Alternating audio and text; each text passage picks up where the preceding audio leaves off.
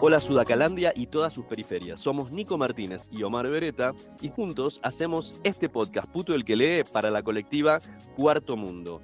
Y esta noche planetaria, en un esfuerzo de producción, tenemos desde España a Gonzalo Salazar. Hola Gonzalo, ¿cómo estás? ¿Qué tal, Omar? ¿Cómo estáis? Muy bien por aquí viviendo la primavera ya. Qué bueno, estamos muy contentos de que tengamos esta primera charla finalmente. Gonzalo en el año 2017 publicó El Deseo Invisible en Santiago de Chile.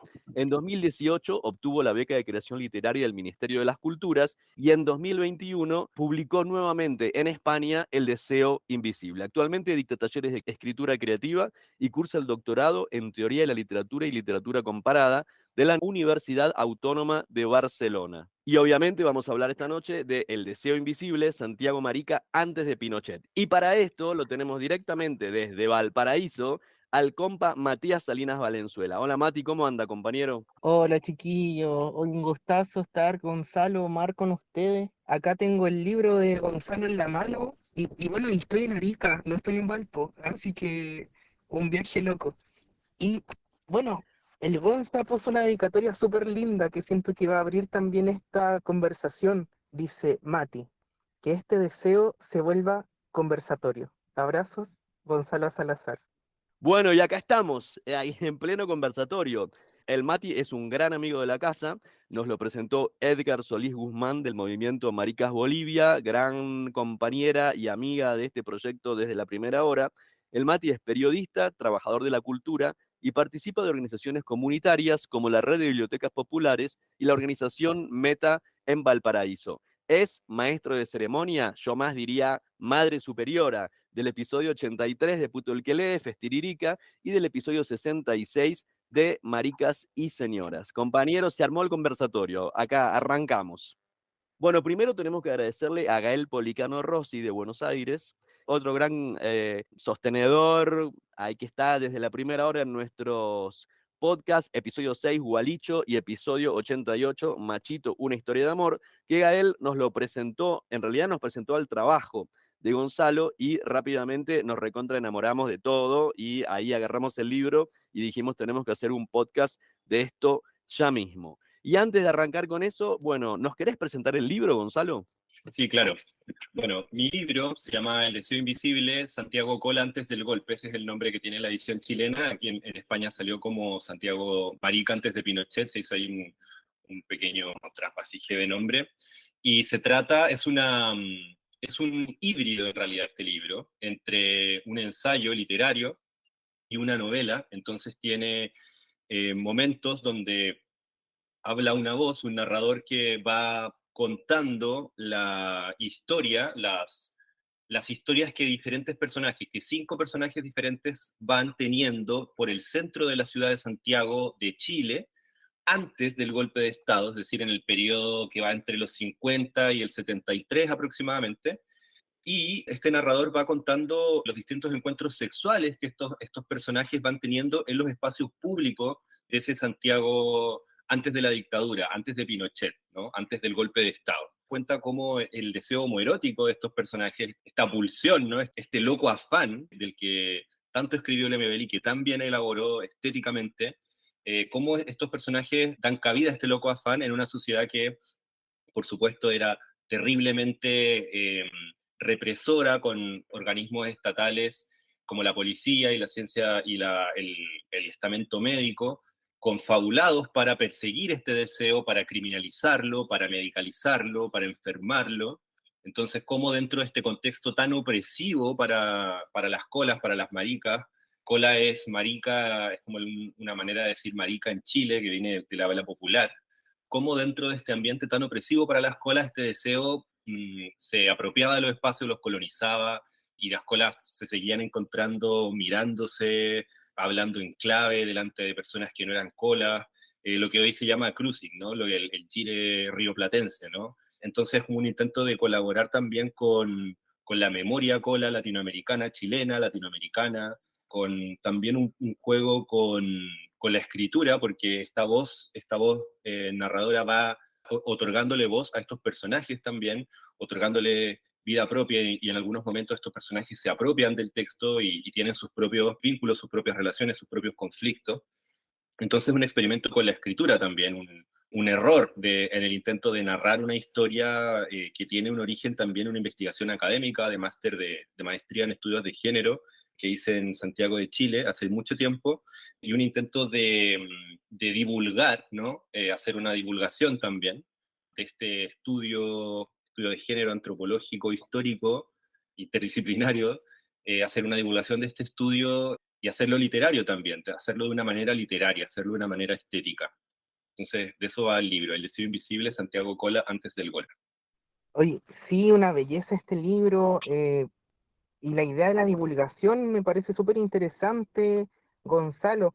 Pensar que hay muchas formas y búsquedas de divulgar información que finalmente tiene un objetivo de generar memoria, identidad, encuentros, tensionamientos, incomodidad.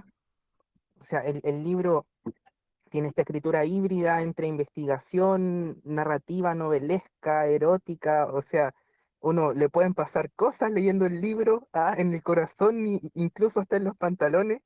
Y, y bueno, y también cosas incómodas, o sea, relatos de miseria a precarización, ¿cachai? Vivir la precarización que implica a veces, pucha, no participar del mercado del deseo más por un afán de sobrevivencia que de propio deseo, ¿cachai? Y bueno, además el registro de fotografías de locales antiguos y de lugares donde se carreteaba y se cochineaba ahí en la dictadura le da como otro sabor. ¿Cómo fue esta escritura mixta? ¿Cómo pasaste de una investigación académica a este libro? Claro, ahí hay un elemento también que tú mencionas súper bien, Matías, del erotismo del libro, ¿no? Yo quise que, pensé si voy a hablar de sexualidad, si voy a hablar de cruising, si voy a hablar de prácticas sexuales, ¿cómo no tener una escritura erótica también, ¿no? Una escritura que de alguna manera, que erotice al lector, que linde con la pornografía también, ¿por qué no? ¿Por qué no meterlo por lo pornográfico como un trazo del texto, ¿no? Como un ingrediente más del texto, un ingrediente importante también del texto? ¿Cómo no meterlo si en realidad vivimos en un mundo pornográfico también, ¿no? Que nos pornografiza de manera microfísicas constantemente, ¿no? Y ahí también tú mencionas el trabajo, también fue un trabajo de archivo, ¿no? Un trabajo con fotografías, bueno, un trabajo que nace a partir de entrevistas también a colas viejas, que nace a partir de revisión de estudios literarios, estudios históricos, de tesis médica, de fotografía también de la época, ¿no? Se intenta reconstruir un mundo y además viene con un mapa el texto. ¿Y cómo fue pasar de una tesis académica, de una tesis que resuena tan seria, ¿no? Que tiene una vetusta estructura, ¿no? A este texto? Yo creo que por aburrimiento, ¿sabes? Por hastío, por rebeldía también ante las formas establecidas y ante lo que siempre me han dicho que hay que hacer, yo creo, también. Y también contando con la benevolencia, la buena voluntad, la libertad del programa de maestría en el que estuve yo, que fue la maestría en estudios de género y cultura, mención humanidades, de la Universidad de Chile, dirigida en ese momento por Kemi Oyarzún, entre muchas otras grandes feministas chilenas. Y bueno, en ese contexto yo tuve el absoluto chipe libre, como decimos en Chile, para hacer lo que yo quisiera. Entonces pasé de empezar a hacer un intento de historia LGTB centrada en el cruising, pasé de eso a imaginar, a ficcionar, a construir imágenes basadas en la investigación, pero imágenes que de alguna manera también me parecieron representativas de lo que hacían los colas de la época, sin que fueran esas cosas tal cual estaba yo narrándola. O sea, si un cola, yo hablo de un cola, por ejemplo, que va desde la Plaza de Armas a un portal donde se hacía trabajo sexual, y yo no sé si ese cola que yo invento no tuvo una existencia real en el pasado, pero ese cola representa a muchos colas que hicieron lo mismo que él hace en el libro, ¿no? Entonces, yo creo que pasé por aburrimiento, pasé por un enamoramiento de la escritura también, por un deseo de ir más allá con la escritura, de torcerla, yo creo, de jugar con ella, de darme cuenta de cómo la escritura te permite un espacio de libertad para las posibilidades de un ser humano. Pues, las posibilidades que te da la escritura son prácticamente infinitas, yo creo. Y ese juego también, y ese juego con la escritura empezó también a partir de este aburrimiento y de ese desencantamiento con las estrictas normas de escritura académica con las que yo traía de la licenciatura en historia, yo creo, o las normas que viven en general en la academia, y con las que yo pude romper también, sin romper con la institución, pude romper con esas normas en ese programa específico de maestría. Entonces tuve la suerte de mi lado, por una parte, y también tuve como el hastío, el aburrimiento y el deseo también de jugar, ¿no? Mientras yo iba leyendo el libro, lo primero que se me vino a la cabeza es cómo habrán sido las entrevistas, ¿no? Y si fue fácil o si fue difícil poder encontrar a las personas que estaban dispuestos a hablar de todo esto. Y después yo deliré, así en mi fantasía, que probablemente fue tan rico el material que encontraste que bajarlo a ensayo iba a quedar como quizás así aburrido, como decís vos, ¿no? Y me aventuré a desear quizás que estuvieron tan buenas las entrevistas que tuviste que hacer este formato un poco híbrido y novelarlo un poco para hacerle honor a esa información que te compartieron. ¿Fue un poco así? ¿Qué tal fue el tema de las entrevistas cuando hay que hablar de esto, no? Mira, qué buena pregunta. Bueno, empiezo diciendo que yo tengo cero formación metodológica. Yo creo que aún de tantos años después de publicar este libro, sigo teniendo cero formación metodológica. Yo en la licenciatura en historia le había agarrado el gusto a las entrevistas orales porque siempre encontraba mucha riqueza ahí, como que no hay nada más exquisito que escuchar a una persona disvariar, ¿no? Como delirar, si se quiere. O sea, yo creo que estoy enamorado del delirio del oral, ¿sabes?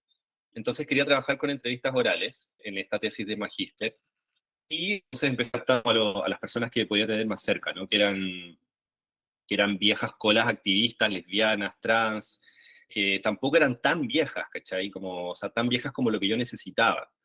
Una entrevista bastante como clave de ese primer momento de recopilación de información fue la que le hice a Marco Ruiz, que es una cola vieja activista chilena histórica, maravillosa, y ella me dijo, anda a la Plaza de Armas, como que, bueno, ella me habló de la Plaza de Armas, porque también este texto, el libro, de alguna manera está obsesionado con la Plaza de Armas de Santiago de Chile, que es donde se funda la ciudad y que ha sido como un espacio terriblemente denso a lo largo de los siglos. Denso en el sentido de que desde el principio estuvo el poder conquistador, colonizador, oligárquico después, tuvo también estaba el mercado, estaba la prostitución, se colgaba la gente que era criminalizada, se colgaba en medio de la plaza.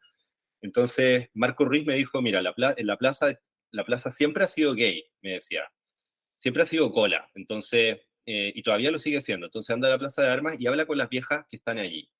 Y en un segundo momento de las entrevistas fue empezar a hacer entrevistas a las colas que yo identifiqué como colas gracias a que yo también soy cola, o sea, como que es ahí también yo reivindico el hecho de que, bueno, esto tan posmoderno, ¿no? De que cada quien hable por sí mismo un poco, en el sentido de que, o sea, yo no voy a hacer un trabajo sobre historia trans porque no me corresponde, ¿no?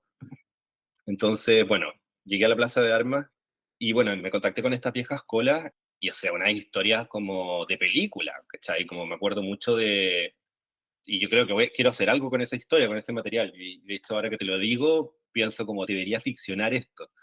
O quizás como, bueno, ahí veo lo que hago, pero un material tan rico de una cola, por ejemplo, que se iba al centro en los años 40, 50, como hacer un mandado, y ahí un tipo lo seducía, se lo llevaba al paraíso, y ahí lo dejaba en un hotel, y la cola se escapaba del hotel, y seguramente, y se iba como a flirtear con los marineros del puerto, ¿cachai? Como toda una historia como de clichés colas también, ¿no? Está el niño que va, se pierde, lo seducen, se lo llevan a otra parte, después están los marineros, ¿no? Que estaban ahí mismo. Y yo creo que, respondiendo a tu pregunta, no me lo había preguntado, pero yo creo que sí, yo creo que la riqueza de las historias me dio como que de alguna manera me empuja a literaturizarlas, ¿no? Me empuja a darles un barniz, un baño de retórica y de creación de imágenes en definitiva, ¿no? Yo creo que respondiendo a tu pregunta, sí. Yo he terminado de ver hace poco una vez más para otro trabajo que estamos preparando el documental de El silencio es un cuerpo que cae y flasheaba permanentemente mientras estaba leyendo tu libro al mismo tiempo que viendo ese documental y pensaba, acá tenemos un ensayo, tenemos una novela y tenemos un requete guión para hacer una película. Esto es como que se va amplificando, ¿no? Que es sincrónico que lo menciones ahora, el tema de lo audiovisual o de la visualidad, porque me interesa trabajar una escritura que sea visual, que de alguna manera pueda sumergir al lector, ¿no? Pueda hacerlo sentir dentro de algo, ¿no? Y escribí este libro, el libro del Deseo Invisible tiene varios fragmentos, tiene varios trozos que son que una escritura cinematográfica prácticamente. Eso ha llevado a que un chico, un director chileno que se llama Iñaki Goldaracena, bueno, se haya puesto en contacto conmigo para ver la posibilidad de convertir este libro en un guión cinematográfico. Y hemos estado conversando, él es súper profesional y muy respetuoso y como que me ha dicho que sí a todo lo que yo le he pedido de cómo me gustaría que esta película también no sea parte conservando como la necesidad de resumir que tiene un guión cinematográfico, no sea parte del espíritu del deseo invisible, ¿no? Y eso está en proceso ahora, de hecho, está construyendo el guión en este momento y está trabajando con un productor también para ir generando como las condiciones que requieren hacer una película que se llame El deseo invisible de Santiago Cola antes del golpe, que va a estar ambientada en el año 72, el año justo antes del golpe de Estado. Entonces, se viene, si todo sale bien, habría una película de este libro en el futuro próximo. Qué bueno y qué bellísima justicia poética, porque esto que se está armando coincide con los 40 años de la primera manifestación en la Plaza de Armas, ¿no? Son más de 40 años, pues ya, si es del 73 serían 50 años que además son los 50 años del golpe de Estado. O sea, este libro además lo interesante es que pone el golpe de Estado como un límite, ¿cierto? Partes por los 50, 60, 70 y el límite es este cambio donde el neoliberalismo, este capitalismo más salvaje, permite, permea el deseo también de hombres. Si pensamos en colas y en maricas, muchos siguen pasando piola y gozamos y gozan a veces del privilegio de haber nacido por el solo hecho de nacer con pene. Entonces, acá compartir una reflexión, tengo un amigo, Gonzalo Omar, muy loco, precioso, también doctor en literatura, se llama Franco Artigas. Él no leyó el libro, yo se lo comenté y me dio un comentario de vuelta para ponerlo sobre la mesa, que dice que este libro lo cruzan tres conceptos para él principales, que son deseo, cartografía y política. Entonces aquí hay una apuesta política de evidenciar operaciones de poder, bueno, y de tensionar incluso con lo que no se cuenta, o sea, lo que no cuenta sobre lo que sucede después con la dictadura y la asimilación homosexual al sistema capitalista también, es muy interesante. Y bueno, y no tiene por qué contarlo el libro, lo pueden contar otros productos artísticos, como por ejemplo la obra de teatro El ritmo de la noche, que también se basa en una investigación sobre Santiago Cola en dictadura, ¿cachai? Es como justo lo que viene después del libro. Bueno, el humor, ¿cachai? O sea, igual hay un humor en este deseo invisible, ¿cachai? Un humor en lo doloroso, un humor en lo gozoso, un humor en lo incómodo y en el ejercicio del poder. Ahí también la pregunta, Gonzalo, y qué bacán, qué maravilloso que esto va a poder pasar también a la pantalla grande, el ejercicio del poder, el sexo en la calle, en la plaza de armas, en el espacio público. Bueno, los griegos tenían el ágora, que era como el espacio público de los hombres, como entendidos ahora como hombres por excelencia, que tenían también el espacio para expresar, compartir conocimientos, para tirar, para qué sé yo, mientras, bueno, las mujeres, los esclavos y todos los que consideraban inferiores no tenían esa ocupación del espacio público. Tú, este libro es una cartografía. Podemos decir, leer los nombres de los capítulos son nombres de calles, nombres de, bueno, de bares también. La Quinta Cuatro, el barrio San Camilo, la Carlina, la mismísima y principal plaza de armas donde ocurrió esta primera manifestación travesti, maricona, colipata, previa a la dictadura en el 73 en el gobierno de Allende. Entonces, siento que acá hay una reivindicación a la unidad popular. ¿Qué nos podrías compartir sobre eso ahora que se van a cumplir 50 años del golpe de Estado y del quiebre a esa oportunidad de una vida más digna también? Qué lindo lo que dices, Matías, sobre la reivindicación a la unidad popular y qué aguda también tu amiga Colara, que con el título se enteró de los conceptos, ¿no? Que atraviesan el texto, porque justamente es así. Es un texto que busca reivindicar, yo creo, reivindicar la persistencia del deseo, reivindicar esta pulsión de vida que a ratos también es pulsión de muerte, ¿no? Y reivindicarla en un contexto donde se acostumbra mucho a decir durante los últimos años, y es cierto, ¿no? Se acostumbra mucho a hablar de la homofobia de la izquierda, ¿no? Y es así, o sea, de la izquierda latinoamericana histórica, ¿no? Pero lo que a mí me interesa rescatar en el libro, más allá de la política a nivel estructural, a nivel de ocupación del aparato del Estado, me interesa mapear el uso de la ciudad, ¿no? Cómo las personas practican la ciudad, cómo se la apropian, cómo van creando, en el caso de mi libro, espacios de deseo, a pesar de toda la homofobia reinante, sea de derecha, de centro o de izquierda.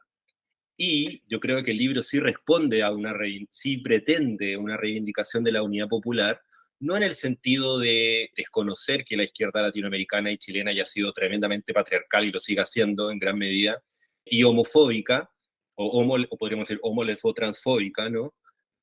No desconocer eso, sino hacer el punto que durante el periodo de gobierno de la Unidad Popular entre el año 1970 y 1973 hubo una especie de destape cultural en Chile, hubo una mucha mayor ocupación de los espacios públicos, había más libertad para usar el espacio público, había también el periodo justo antes del golpe también correspondió a un periodo de intensa vida nocturna en la capital de Chile, en Santiago, de una especie de cultura cívica, ¿no? De civismo, tanto a nivel de ocupación del espacio público y de discusión partidaria, como a nivel de ocupación de espacios de cruising, ¿no? De apropiación del espacio como espacio de deseo.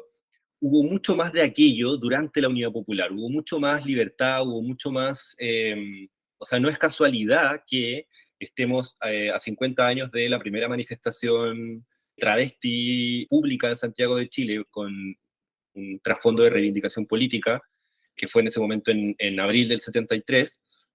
No es casualidad que eso haya ocurrido durante la OP, y eso es lo que una de las tesis del libro, ¿no? Que en Chile durante la Unidad Popular se dieron ciertas condiciones de mayor libertad y como de comillas, relajo moral, en el sentido de relajo de la moral judeocristiana patriarcal que heredamos de la colonización española.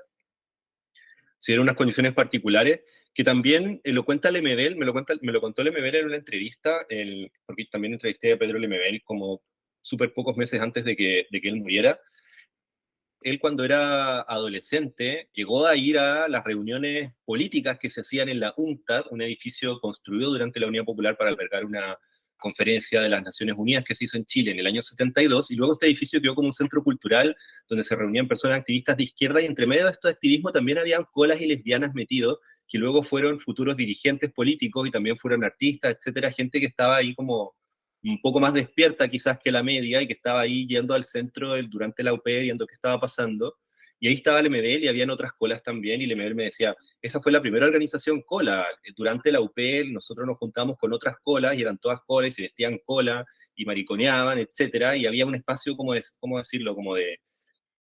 Estaba la posibilidad de ocupar ese espacio público politizado, ¿ya? Entonces, como incluso más allá de lo que dijeran los partidos, de lo que dijeran las interpretaciones patriarcales del marxismo, se dieron ciertos espacios moleculares para que el deseo homoerótico estuviera allí también presente en el espacio público con más fuerza durante el gobierno de la Unidad Popular. Y me parece que justamente tú mencionas El ritmo de la noche, ¿no? Que es una obra de teatro que es, o sea, que organiza el colectivo La Comuna, ¿no? Que lleva muchos años trabajando temas de historia LGBT, de disidencias, que han sido también uno de los pioneros en Chile en hacerlo.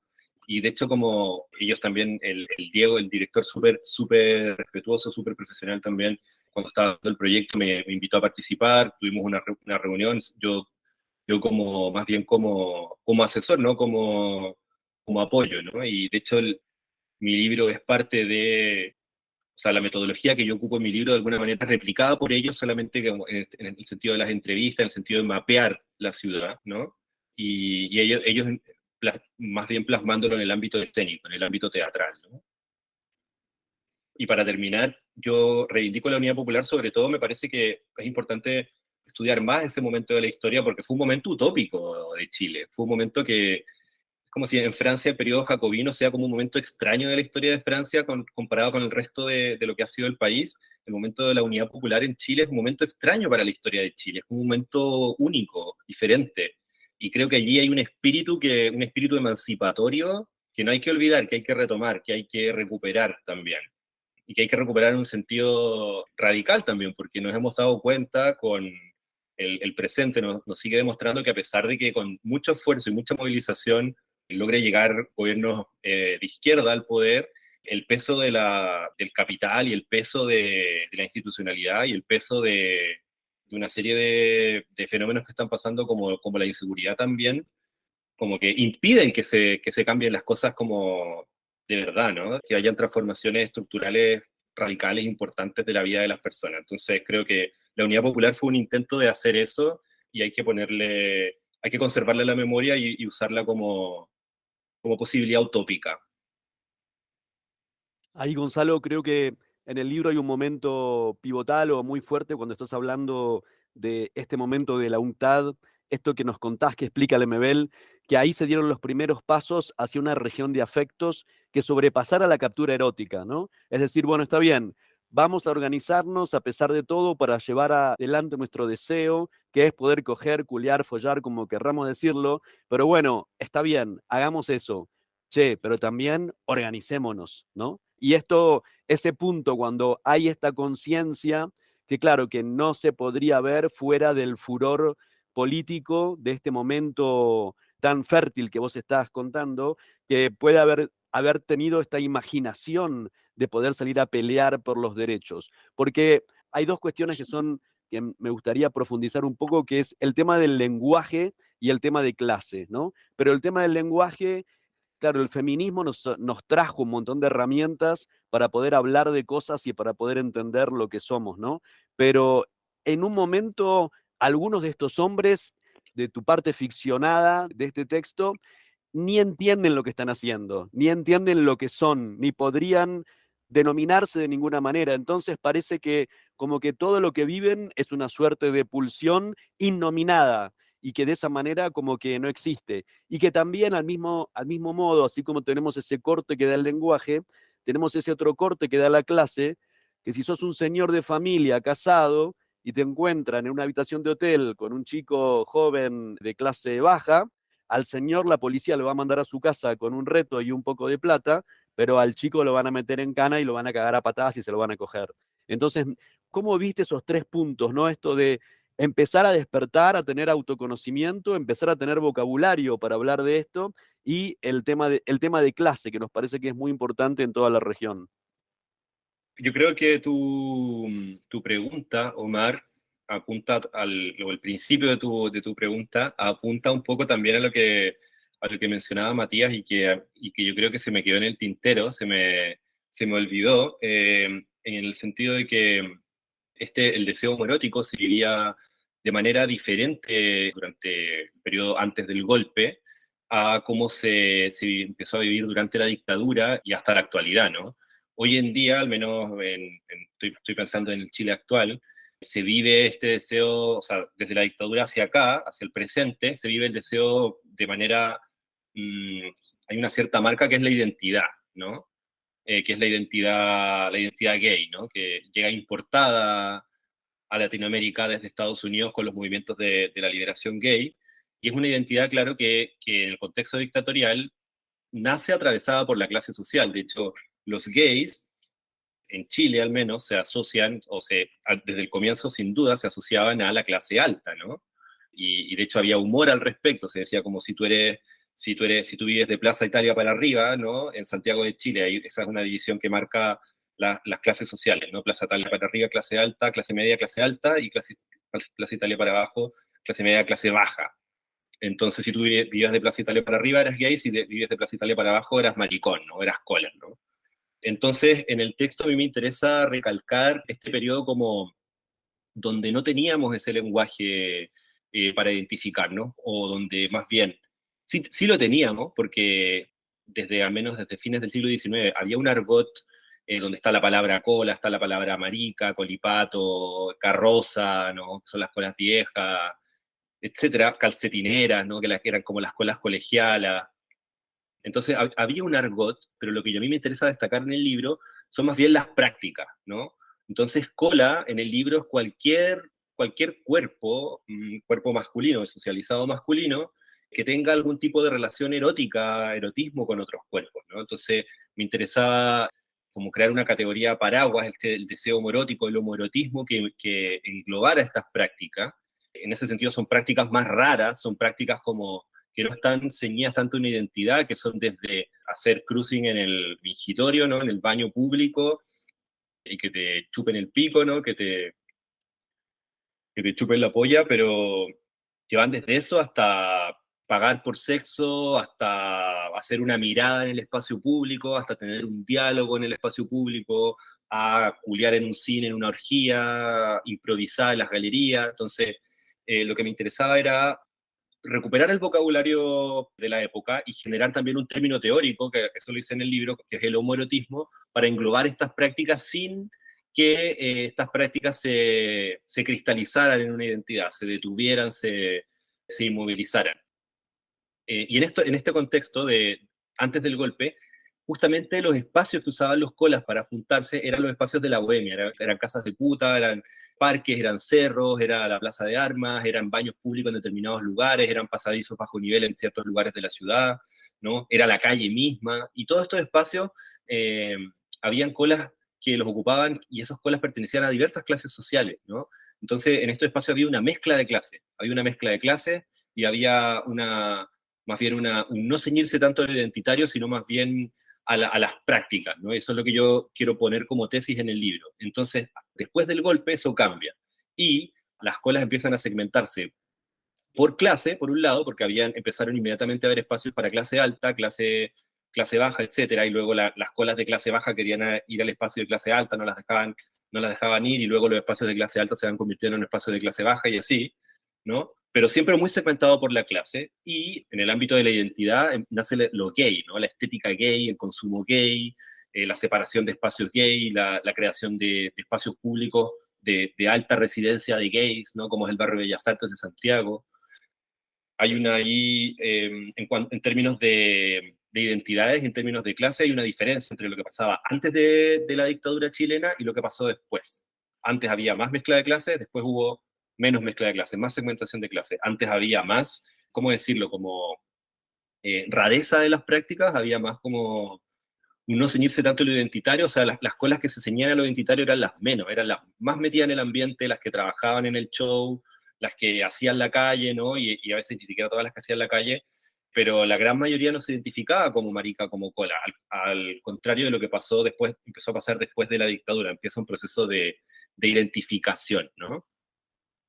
Ay, Gonzalo. Bueno, y pienso también en esta mirada política de la memoria y en esta mirada historiográfica también, pues o sea, esa es tu formación y la historia obviamente es algo que cruza y que uno pretende transformarla, hacer esta disputa de poder, generar otros relatos, incluso otras formas de instalar relatos que a veces tampoco son tan disputas, a veces son encontrar nuestros lugares de placer, o sea, escribir, tú encuentras un lugar de placer en la ficción basada en la realidad.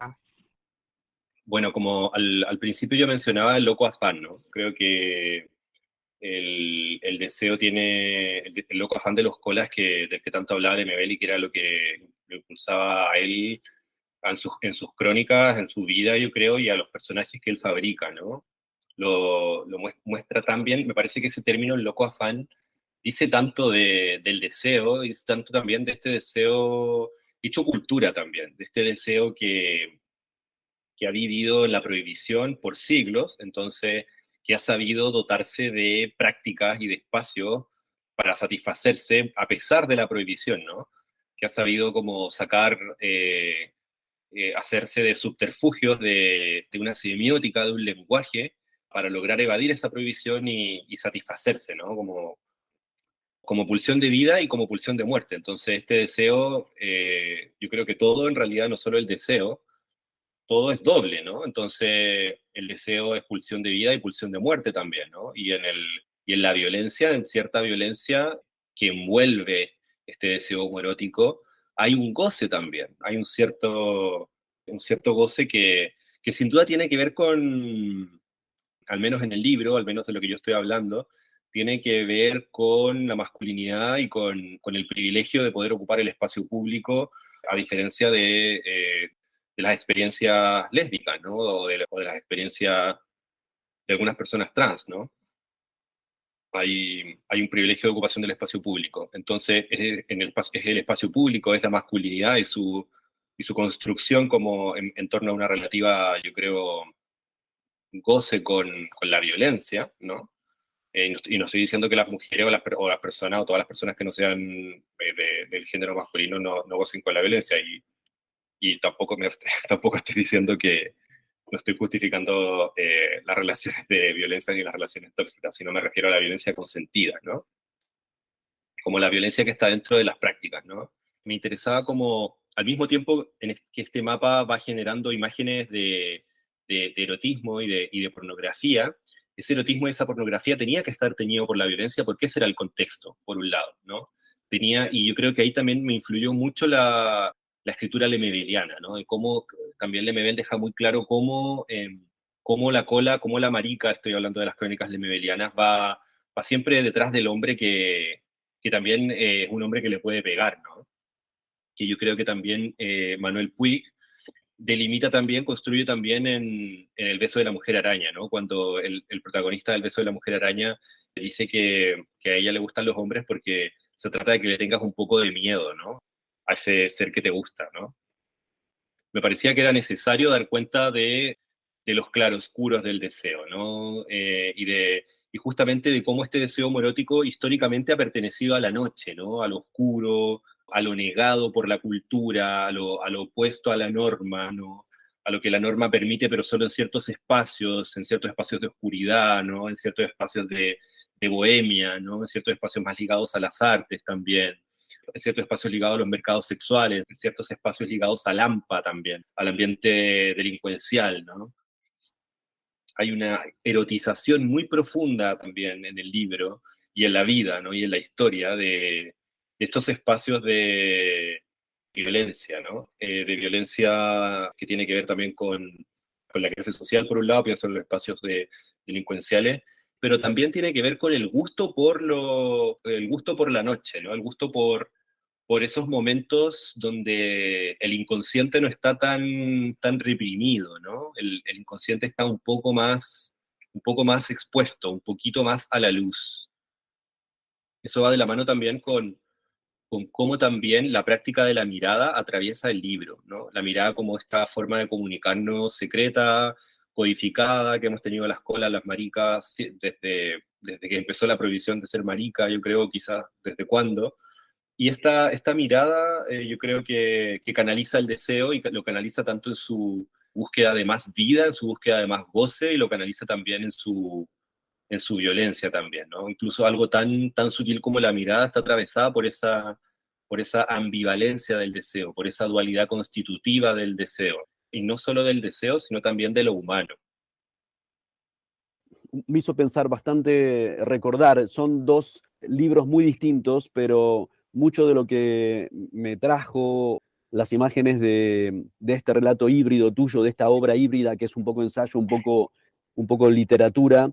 Me hizo pensar un poco en Fiestas, Baños y Exilios, los gays porteños en la última dictadura, de Fabio Rapizardi y de Alejandro Modarelli. Hemos hablado muchas veces en este podcast acerca de el asimilacionismo y a medida en que se consiguen ciertos derechos, cómo cambia la forma en la sociedad civil en la que nos movemos, en la forma en que circulan nuestros cuerpos, pero en este trabajo tuyo, el deseo, ¿no? Es que no importa que esté prohibido, no importa la policía, el ejército, la dictadura, las amenazas de muerte, las súplicas de la familia, las terapias de reconversión, los amigos que quedaron a golpes, raparon, patearon, no importa la ficha policial, una vuelve a casa, se recupera un poco y sale de nuevo a la calle, ¿no? Es una pulsión que no se puede detener nunca. Gonzalo, el tiempo en televisión es tirano, como dicen las estrellas, pero antes de que se nos acabe el tiempo de esta charla, fuera del micrófono nos contaste algo sobre literatura y misticismo.